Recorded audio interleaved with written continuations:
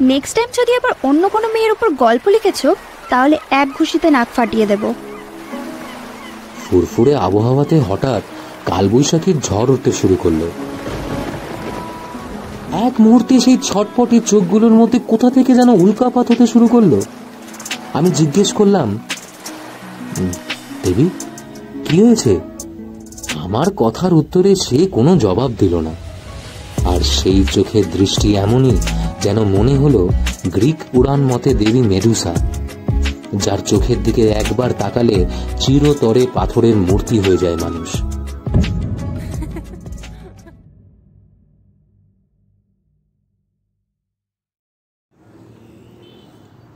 Howrah bridge থেকে station আর বেশি দূর নয়। রাতের কলকাতা যেন আরো বেশি জীবন্ত হয়ে উঠেছে। গোটা শহর সেজে উঠেছে নিয়নের আলোয়। যত রাত বাড়ছে কলকাতার রাস্তায় মানুষের ভিড়ও পাল্লা দিয়ে বাড়ছে। মহা অষ্টমীর রাত এখনো শেষ হয়নি। দিনটা কিভাবে কেটে গেল বুঝতেই পারলাম না। যেন মনে হয়, ইস, যদি আর একটু টাইম পেতাম খুব ভালো হতো।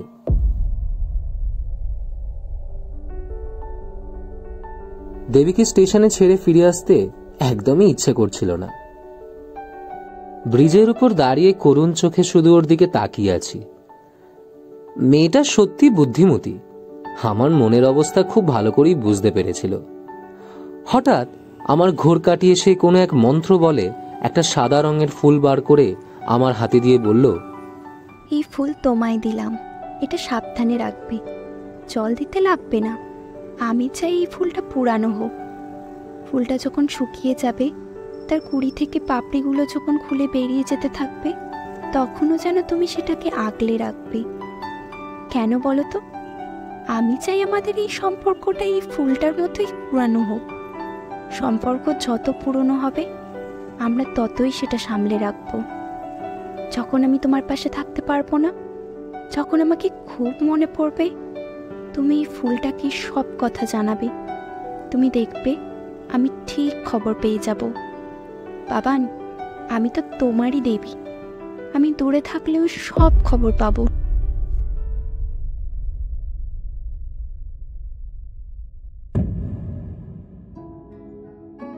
দেবী আমার জীবনে আসার পর আমার জীবনটা অনেক ঝলমলে হতে শুরু করলো। রোজ একঘেয়ে জীবনটা আবার রঙিন হতে শুরু করলো। অফিসে নতুন ম্যানেজার আসার পর কাজের প্রেসার যেমন এক লাফে আকাশ ছুঁয়ে ফেলছে, দিনের শেষে তার মিষ্টি মধুর ভালোবাসায় আমার ক্লান্তি যেন নিমেষের মধ্যে কোথাও উধাও হয়ে যাচ্ছে। দুর্গাপুজোর পর আর মাত্র একবারই দেখা হয়েছে, তাও সেটা বলা যায় খুব একটা তাড়াহুড়ো। একদিন অফিস থেকে বেরিয়ে ফোনটা চেক করতেই দেখি দেবীর 5খানা মিস কল। আমি ফোন করলাম। ফোন ধরতেই ওপার থেকে ভেসে এলো সেই আনন্দ আপ্লুত একটা মিষ্টি মেয়ের কণ্ঠস্বর। বাবা, তুই জানিস আমি এখন কোথায়? অবাক হয়ে আমি জিজ্ঞেস করলাম, কোথায়? উত্তেজিত কণ্ঠে সে উত্তর দিল, নিউ মার্কেট। তুমি আসবে এখানে? আমি তড়িঘড়ি ছুটলাম নিউ মার্কেটের দিকে। আমি এর আগেও বলেছি দেবী থাকে কোন নগরে। আমাদের মাঝে দূরত্ব এতটাই যে মাসে মাত্র একবারই দেখা হয় আমাদের। তাই আর দেরি না করে আমি ছুটে চলেছি। নিউ মার্কেটের সামনে সিলেদার্সের বড় শোরুমটার নিচে যখন এসে দাঁড়ালাম, তখন আমি দেখলাম হাসি মুখে সে দাঁড়িয়ে আছে। তবে আজ যেন সে একেবারে অন্য রূপে। চুলটা সেই পনিটেল করে বাঁধা, পরনে একটা টপ আর জিন্স।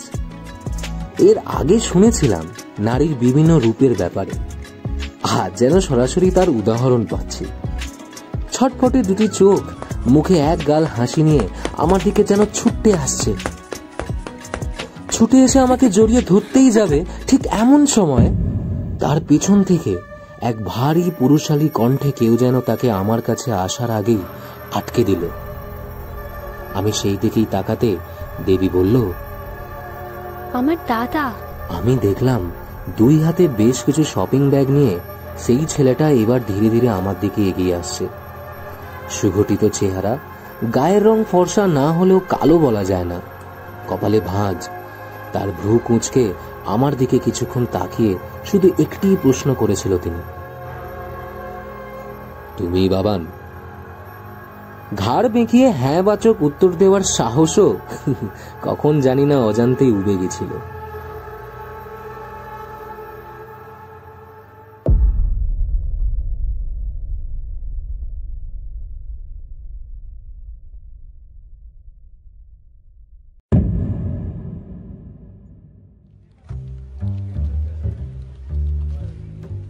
মার্চ মাস এখনো শুরুই হয়নি, কিন্তু এইদিকে সেই ইয়ার এন্ডিং এর ডেডলাইন মিট করতে করতে মাথার ঘাম যেন পায়ে ফেলতে হচ্ছে। 1 ঘন্টা লাঞ্চ ব্রেক অর্ধেক করে মাত্র 30 মিনিট করে দেওয়া হয়েছে। এই ইয়ার এন্ডিং এর প্রেসার জাস্ট আর নিতে পারছি না। নতুন ম্যানেজার সব কিছুতেই নারাজ। কমপ্লিমেন্টারি লিভগুলো একটা একটা করে তিনি ক্যান্সেল করে দিলেন। বললেন ফেব্রুয়ারির পুরো 28 দিন নাকি অফিসে আসতে হবে। একদিনও যদি কামাই হয় তাহলে সেই দিন অ্যাবসেন্ট মার্ক করে একদিনের টাকা কেটে নেবে। অফিসে এ নিয়ে গন্ডগোল বেঁধে গেল। আমি কি করব কিছুতেই বুঝতে পারছি না। এই অফিসে আমি চাকরি করছি প্রায় 2 বছর ধরে। এর আগে কখনো এত ঝামেলা হয়নি। আমাদের অফিসের যিনি চেয়ারপারসন শ্রী অমরনাথ চৌধুরী শহরের এক প্রভাবশালী ব্যবসায়ী। কিছুদিন আগেই আমি শুনছিলাম তিনি নাকি তার ছেলেকে ইন্টার্নশিপের জন্য এই অফিসেই নিযুক্ত করেছেন। নিজের ডেস্কে বসে এইসবই ভাবছিলাম, এমন সময় একটা গন্ডগোল বাঁধল। বেরিয়ে দেখে আমাদের টিম লিডার লিটন দা কাউকে যেন খুব বকাবকি করছে তার কেবিনে। লিটন দা জোরে গলায় বলছে, রিপোর্টটা এখনো তৈরি হয়নি কেন? যাকে উদ্দেশ্য করে কথাটা তিনি বলছিলেন সে এবার বলল, I am extremely sorry sir, আসলে বাড়িতে একটা ইমার্জেন্সি আসায় আমি তাড়াতাড়ি চলে গেছিলাম। আমাকে আজকে 3টা সময় দিন, আমি আজই সমগ্র রিপোর্টটা আপনাকে সাবমিট করে যাব। তার এই উত্তরে লিটন দা হয়তো খুশি হলেন না। তিনি আরো জোর গলায় বললেন, 2 দিন ধরে তোমাকে বলছি রিপোর্টটা আমার আজকের দিনে চাই। 3 ঘন্টা পর ক্লায়েন্ট মিটিং এ ওটা আমার লাগবে। আজ তুমি সারা রাত অফিসে থেকেও সেটা বানাতে পারবে না। লিটন দা ছেলেটাকে কোনো কিছু বলতে না দিয়ে আবার বললেন, কাজের প্রতি তোমার 1%ও ডেডিকেশন নেই দেখছি। শুধু তোমার বাবা এই অফিসের চেয়ারম্যান বলে তোমাকে কিছু বলতে পারছি না। তারপর আরো কিছু বকাবকি করলো। কিছুক্ষণ পর কালো মুখ করে ছেলেটা কেবিন থেকে বেরিয়ে কোনো দিকে না তাকিয়ে সোজা নিজের ডেস্কে গিয়ে ধপ করে বসে পড়ল। তাকে সেদিন ওইভাবে দেখে আমার মনটাও একটু খারাপ হয়ে গেল। টিফিন টাইমে অফিসের ক্যান্টিনে বসে গরম গরম 1 কাপ চা আর তার সাথে টোস্ট খাচ্ছি। এমন সময় আমার পাশের চেয়ারটা সরিয়ে সেখানে ওই ছেলেটা এসে বসলো। 1 থালা ভর্তি করে ভেজ চাউমিন আর একটা বাটিতে চিলি চিকেন। বসার সঙ্গে সঙ্গে কোনো দিকে না তাকিয়ে গো গ্রাসে খেতে শুরু করলো। তার সামনে বসে আমি তখন হাঁ করে দেখছিলাম। ছেলেটা এতক্ষণ কিছুই দেখেনি। হঠাৎ আমার সাথে চোখাচোখি হতে সে তখন তার খাবার গতি কমিয়ে দিয়ে একটু হেসে আবার খেতে শুরু করলো। প্রথমে ভাবলাম আমি কথাটা শুরু করি। আমি মুখ খুলতেই যাচ্ছিলাম, এমন সময় ছেলেটা কিছু বলতে গিয়ে জোরে বিষম খেল।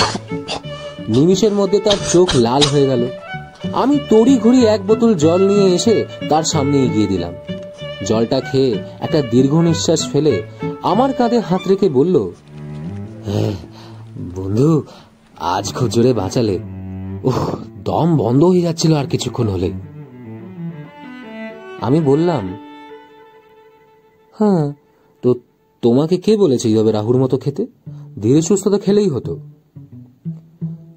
সে একটু হেসে বলল, আরে বন্ধু, আমার তখন আসলে প্রচন্ড মাথা গরম হচ্ছিল, বুঝলে? এই রাগ হলে আমি এইভাবেই খাই। বুঝলাম বুঝলাম, ভালো, ভাবনা চিন্তাটা ভালো।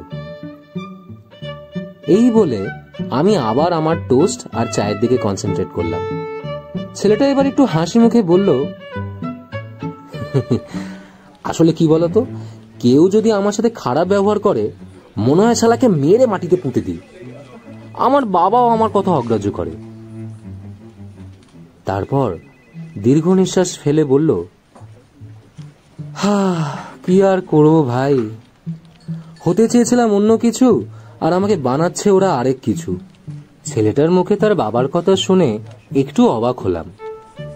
বললাম, বাবা মানে? তোমার বাবাও কি কোনো কাজ করে নাকি? ছেলেটা একটু হেসে বলল, আরে ওই একই বলতে পারো। চেয়ারম্যানগিরি অফিসেও দেখায়, আবার বাড়িতেও। চেয়ারম্যান কথাটা শুনে আমার মনে খটকা লাগলো। আমি জিজ্ঞেস করলাম, চেয়ারম্যান? এর মানে তুমি এই কোম্পানির চেয়ারম্যান অমরনাথ চৌধুরীর ছেলে? এখানে কি তুমি ইন্টার্নশিপ করতে এসেছো? উত্তরে ছেলেটা এক গাল হেসে তার মাথা দুলিয়ে বলল, হ্যাঁ, আমার নাম অরিন্দম।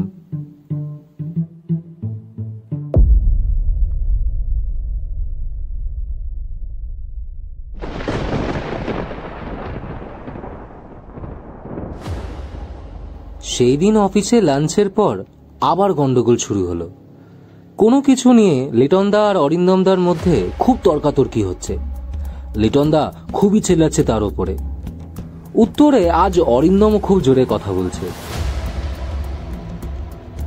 লিটনদা কিছু বলার আগেই অরিন্দমদা তার পায়ের জুতো খুলে সপাটে ছুঁড়ে মারল লিটনদার মুখ লক্ষ্য করে। অরিন্দমদার হাতে টিপ আছে বলতে হবে।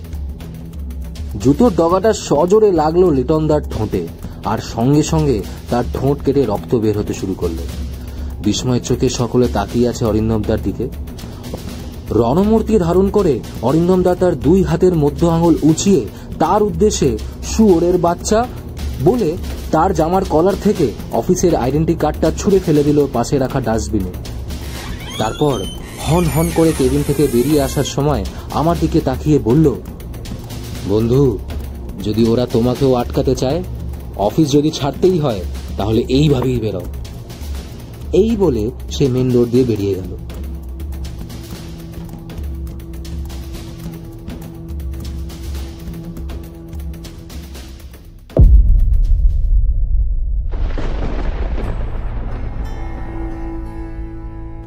সেই দিন এই ঘটনার পর আমি অফিসে সবার চোখেই একটা বিদ্রোহের আগুন দেখেছিলাম।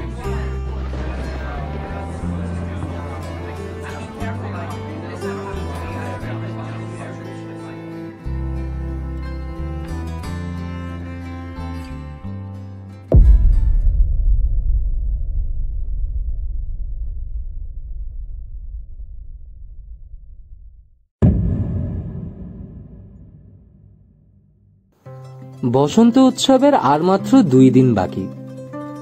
ছুটি আমাকে নিতেই হবে।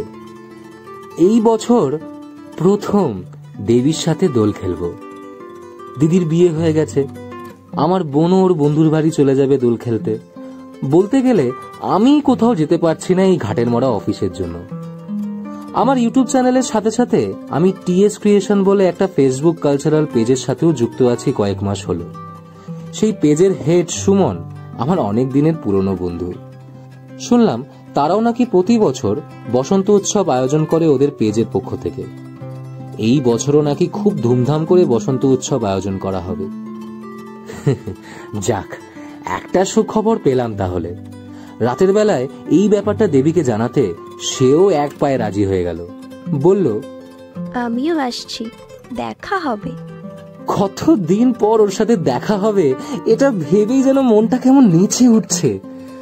কিন্তু হঠাৎ একটা অজানা আতঙ্কও যেন ঘিরে ধরল।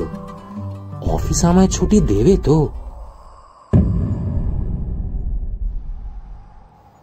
দোলযাত্রার আগের দিন অফিসে গিয়ে সবার আগে আগামীকালের ছুটির জন্য কথা বলতে গেলাম লিটনদার কাছে। কেন জানি না, ওর কাছে গেলেই আমার সেই দিনটার কথা মনে পড়ে যায়। মনে মনে একটু হেসেও ফেললাম। লিটনদা আমার মনের ভাব বুঝতে পেরে গম্ভীর গলায় বলল, অত হাসার কি আছে? ইয়ার কি করতে আসিস নাকি অফিসে? ওসব ছুটি ফুটি এখন হবে না। ছুটি নেওয়ার হলে সব এপ্রিল মাসে। এখন যা, কাজ কর, এখানে দাঁড়িয়ে থাকিস না। অরিন্দমদা ওকে জুতো মেরেছিল, এখন ভাবছি ঠিকই করেছে। অফিস আমাকে ছুটি দিতে চায় না।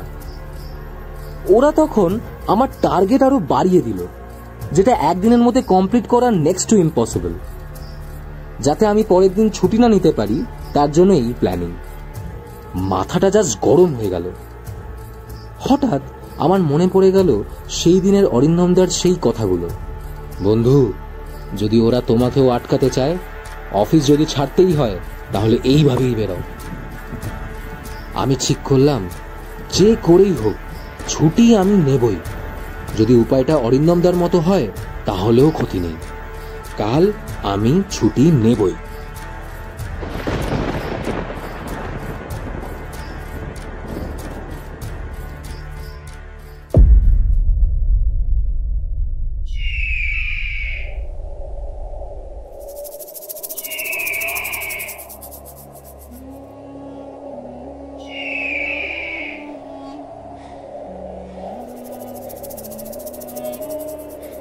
তীব্র রোদের আলোয় চারিদিক যেন ঝলসে যাচ্ছে। কোথাও কেউ নেই, যতদূর দৃষ্টি যায় শুধু বালি আর বালি। এই উত্তপ্ত মরুভূমির উপর দিয়ে বয়ে যাচ্ছে কেবল ধুলো আর বালুময় ঝোড়ো হাওয়া। অজানা অচেনা এই মরুভূমিতে আমি কিভাবে এলাম আমার ঠিক মনে পড়ছে না। আমি কেবল হেঁটে যাচ্ছি, কতক্ষণ ধরে হাঁটছি তার কোনো হিসাব নেই। পেটে খিদে, অথচ কিছু খাবার নেই। গলা শুকিয়ে একেবারে কাঠ হয়ে গেছে। এদিকে আমার পিপাসা মেটানোর মতো পর্যাপ্ত জলটুকুও নেই। তবু কোনো মতে নিজেকে সামলে আমি এগিয়ে চলছি। কিন্তু এইভাবে আর কতক্ষণ চলবে তার জানা নেই। জুতো জোড়া ক্ষয়ে গেছে, শরীর আর দিচ্ছে না। একটু যদি জল পেতাম, একটু তৃষ্ণাটা মিটত, তাহলে আমার শরীরে একটু জোর পেতাম। কিন্তু এই মরুভূমিতে আমি ছাড়া আর কোনো মানুষকেই দেখতে পাচ্ছি না। কেউ আছেন? কেউ আছেন? একটু জল দিন, আমি আর থাকতে পারছি না। কেউ একটু সাহায্য করুন, কেউ আছেন? চারিদিক থেকে শুধু ভেসে আসছে আমার নিজেরই কণ্ঠধ্বনি। আমি বুঝতে পারছি আমার মৃত্যু অনিবার্য। আর হয়তো কিছুক্ষণ। রোদের উত্তাপে আমার হাত, বুক, পিঠ যেন ঝলসে যাচ্ছে। আমি চোখে মরীচিকা দেখছি। কিছুটা দূরে একটা জলাশয়, তার আশেপাশে কিছু নারকেল গাছ দেখতে পেলাম। আমার বিচলিত মস্তিষ্ক বলছে, বাবান, যাস না ওইদিকে, কিচ্ছু নেই, শুধু বালি আর বালি, ওখানে গেলে হতাশ হবি। অথচ আমি মিষ্টি নারকেলের গন্ধ পাচ্ছি। সে জলাশয়ের চারিদিক থেকে ভেসে আসছে জলের ঠান্ডা হাওয়া। কি করব এবার? এই রকম বালির মধ্যে অনেক সময় চোরা বালি থাকে। মনকে কিছুতেই শান্ত করতে পারছি না। কিন্তু জল যে আমায় খেতেই হবে। হলিউড সিনেমায় জম্বি দেখেছি, ওরা যেমন শিথিল গতিতে চলে, সেই মুহূর্তে আমার অবস্থাও তাই। আমিও কেমন একটা জম্বির মতো জলাশয়ের দিকে এগিয়ে যাচ্ছি। হঠাৎ দেখলাম এক নারী মূর্তি, আলখাল্লা পোশাক পরিহিত এক রহস্যময় নারী, মুখে নাকাব পরে বসে আছে সেই জলাশয়ের পাশে। কাঁপা কাঁপা পায়ে আমি জলের ধারে এসে আর থাকতে না পেরে বালির ওপর শুয়ে পড়লাম। মেয়েটা ধীরে ধীরে উঠে আমার পাশে এসে দাঁড়ালো। আরব্য রজনীর গল্পগুলোর থেকে বেরিয়ে আসা সেই দেবী মূর্তি এবার ধীরে ধীরে আমার মাথার পাশে বসে আমার মাথাটা ধরে উপরের দিকে তুলে তার কোলে রাখলো। তার কোমল হাতে ছোঁয়া পেল আমার শরীর। মেয়েটা আমার মাথায় হাত বুলোতে বুলোতে আরবি ভাষায় কি যেন একটা বলল। আমি বুঝতে পারলাম না। আমি ইশারায় বললাম, আমি কিছু বুঝতে পারছি না। মেয়েটা কি যেন একটা ভেবে তার মুখের নাকাব সরালো। তার মুখশ্রী দেখে আমি চমকে উঠলাম। দেবী! তার উজ্জ্বল মুখের আদলে উত্তপ্ত মরুভূমি যেন নিমেষের মধ্যে বদলে যেতে লাগলো। সূর্যের আলোয় এখন আর তীব্রতা নেই, যেন মনে হয় কোনো এক শীতল সকালের ফুরফুরে আলোর মতো। কোথা থেকে যেন ভেসে এলো স্নিগ্ধ বাতাস। আমার সারা শরীরে যেন কাঁটা দিয়ে উঠল। হঠাৎ করে সে এবার স্পষ্ট বাংলা ভাষায় বলল, বাবা উঠে পড়, দেরি হয়ে যাচ্ছে, অফিসে যেতে দেরি হয়ে যাবে। হ্যাঁ, মেয়েটা বলে কি? আমি কিছু বোঝার আগেই সে আমার বুক চাপড়াতে শুরু করলো। বাবা উঠে পড়। ততক্ষণে আমার চোখ জুড়িয়ে গেছিল। হঠাৎ দেখি মেয়েটার মুখটা বদলে গিয়ে আমার বোনের মতো দেখাচ্ছে। এ হে ছি, আমার বোন আবার কোথা থেকে এলো? এইসব ভাবতে না ভাবতে সে এবার জোরে একটা চড় মেরে বসতেই আমি ধরপড় করে উঠে বসলাম। চোখ খুলতেই দেখি চারিদিক কেমন যেন ঘুরছে। সামনে তাকিয়ে দেখি মুখে ব্রাশ নিয়ে এক হাতে মগ ভর্তি জল নিয়ে আমার বোন দাঁড়িয়ে আছে। দাঁত মাজতে মাজতে বিরক্ত গলায় তার গলাগুলো শুনে মনে হচ্ছিল আরবি ভাষায় কিছু বলছে। ওহ, অতঃপর বুঝলাম আমি স্বপ্ন দেখছিলাম। রিম্পি বিরক্ত গলায় বলল, কি রে দাদা, দিন দিন যেন কুম্ভকর্ণ হয়ে যাচ্ছিস। সময় জ্ঞান আছে তোর? ঘড়ি দেখ কটা বাজে, অলরেডি 2 ঘন্টা লেট হয়ে গেছে।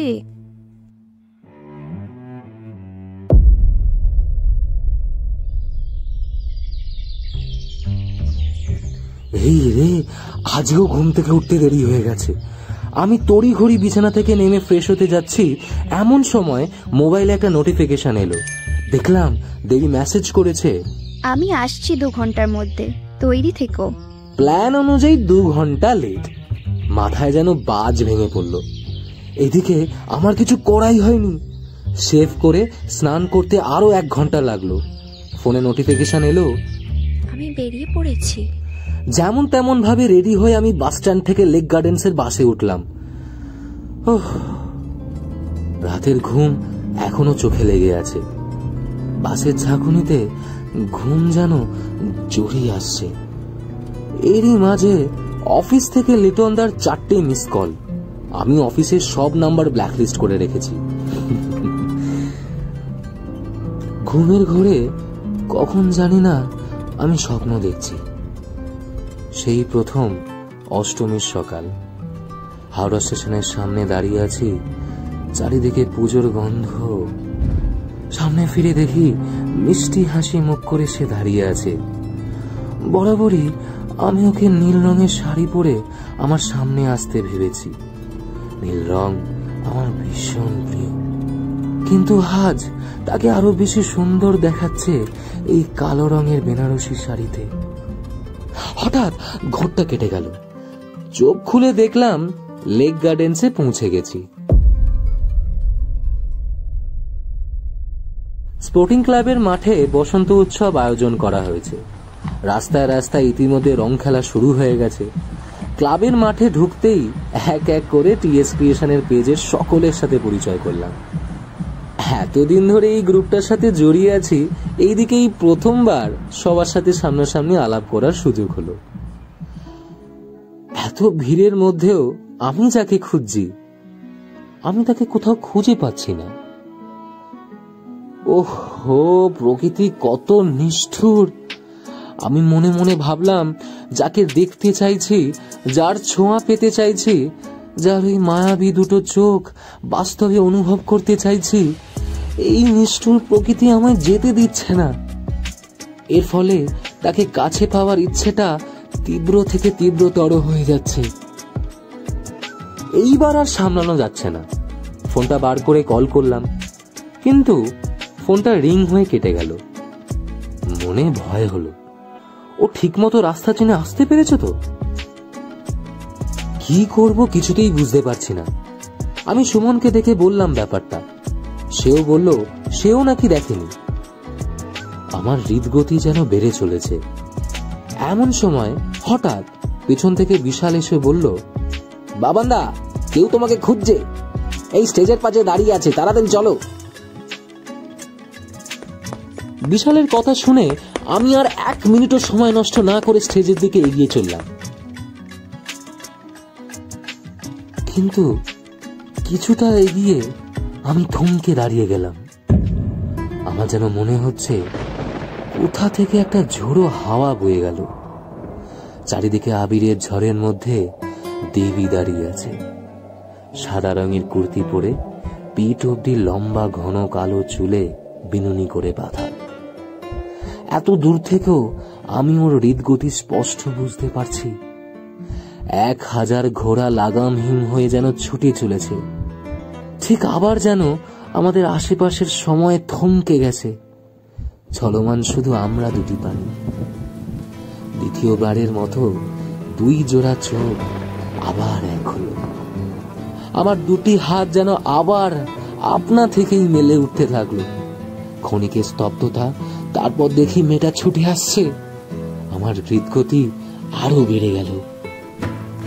মেয়েটা ছুটে এসে আমায় জড়িয়ে ধরল, ঠিক যেমন জোয়ারমুখী সমুদ্র আছড়ে পড়ে পাথরের ওপর।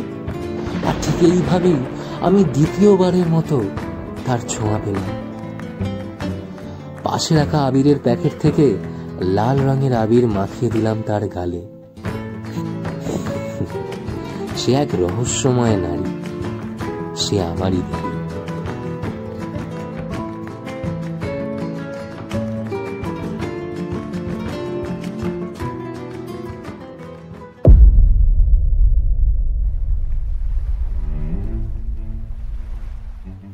সূর্য ঢলে পড়েছে পশ্চিমে। উৎসবের দিন, রাস্তাঘাট এমনিতেই ফাঁকা। ফুরফুরে ঠান্ডা হাওয়া এসে লাগছে গায়ে। লেকের পাশে একটা বেঞ্চিতে বসে আছি দুজনে। সেই আবার বিদায় বেলা। দিনের ঠিক এই সময়টা আমার মোটেও ভালো লাগেনি। এক হাতে রুমাল দিয়ে মাথায় কপালের আবিরগুলো মুছতে মুছতে অন্য হাতে ইউটিউবে আমার পাবলিশ করা নতুন গল্প পাঠ শুনছিল দেবী। রোমান্টিক গল্প লেখার হাত ততটা না হলেও খুব একটা খারাপ লিখি না, কিন্তু সমস্যাটা হলো গল্পটা রোমান্টিক। গল্পের ক্লাইম্যাক্সে যখন নায়ক নায়িকাকে তার 2 হাত ধরে কাছে টেনে চুমু খাবে, ঠিক এমন সময় দেবীর মুখের অবস্থাটা লক্ষ্য করেছিলাম। এক মুহূর্তে সেই ছটপটে চোখগুলোর মধ্যে কোথা থেকে যেন উল্কাপাত হতে শুরু করলো। আমি জিজ্ঞেস করলাম, দেবী কি হয়েছে? আমার কথার উত্তরে সে কোনো জবাব দিল না। আর সেই চোখের দৃষ্টি এমনই যেন মনে হলো গ্রিক পুরাণ মতে দেবী মেডুসা, যার চোখের দিকে একবার তাকালে চিরতরে পাথরের মূর্তি হয়ে যায় মানুষ। তখন আমার অবস্থাটাও ঠিক সেই রকমই।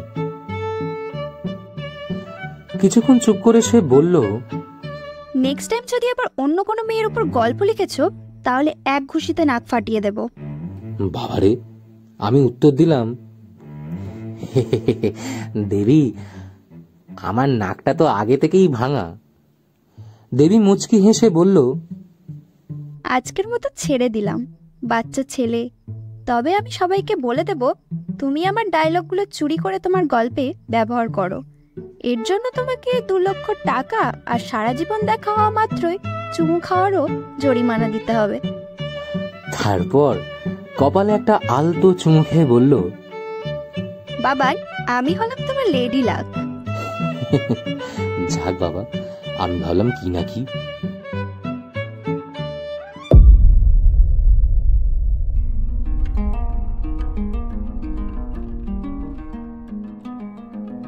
শুনছিলেন আজকের গল্প অরিন্দম ওঝার লেখা রোম্যান্টিক গল্প বসন্ত। এই গল্পটি চিলিস ক্লাসিক্স মিডিয়ার রোম্যান্টিক ইউনিভার্সের 3য় ইনস্টলমেন্ট। এর আগে 2টি ইনস্টলমেন্ট আমরা আপনাদের শুনিয়েছি। আমরা অনুরোধ করব এই গল্পটি শোনার পর আপনারা বাকি 2টো গল্পও শুনবেন। ভিডিওর ডেসক্রিপশন বক্সে বাকি 2টো ভিডিওর লিঙ্ক দেওয়া থাকলো। ধন্যবাদ। গল্প পাঠে বাবান এবং অরিন্দম চৌধুরী ভূমিকায় অরিন্দম, গল্পের সূত্রধার এবং বাবানের বোনের চরিত্রে আমি প্রেরণা, দেবীর চরিত্রে বর্ণালী, অফিসের টিম লিডার লিটনের চরিত্রে বিশাল, অন্যান্য চরিত্র এবং গল্প যৌথ উদ্যোগকে টিম অভিশ্রুতি। শেষ হল অরিন্দম ওঝার লেখা রোম্যান্টিক ইউনিভার্সের 3য় ইনস্টলমেন্ট বসন্ত। আগামী পর্বে আবার একটি নতুন গল্প নিয়ে হাজির হব। সুস্থ থাকুন, সুস্থ রাখুন। ধন্যবাদ।